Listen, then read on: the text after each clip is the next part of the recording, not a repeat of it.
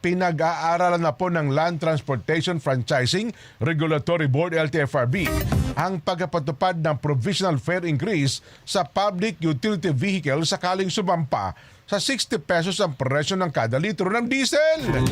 Ayon po kay Chairman Vigor Mendoza, posibleng ipatupad ang pagtaas ng provisional fare sa gitna ng banta ng dagdag presyo sa produktong petrolyo dahil po sa kaguluhan sa gitnang silangan. Sa kasalukuyan kasi, mga kababayan, 56 hanggang 57 pesos ang presyo sa kada litro ng diesel sa ating bansa.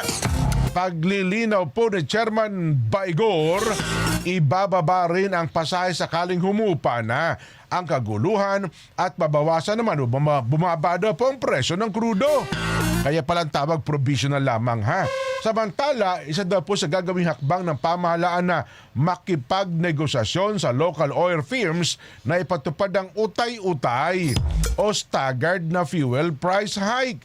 Kapag pumayag daw po mga local oil company, hindi na kailangan ng provisional fare increase. Dagdag pa po ni Mendoza, ang nais nilang solusyon ay magbigay ng fuel subsidies at hindi po dagdag pamasahe. Ayaw!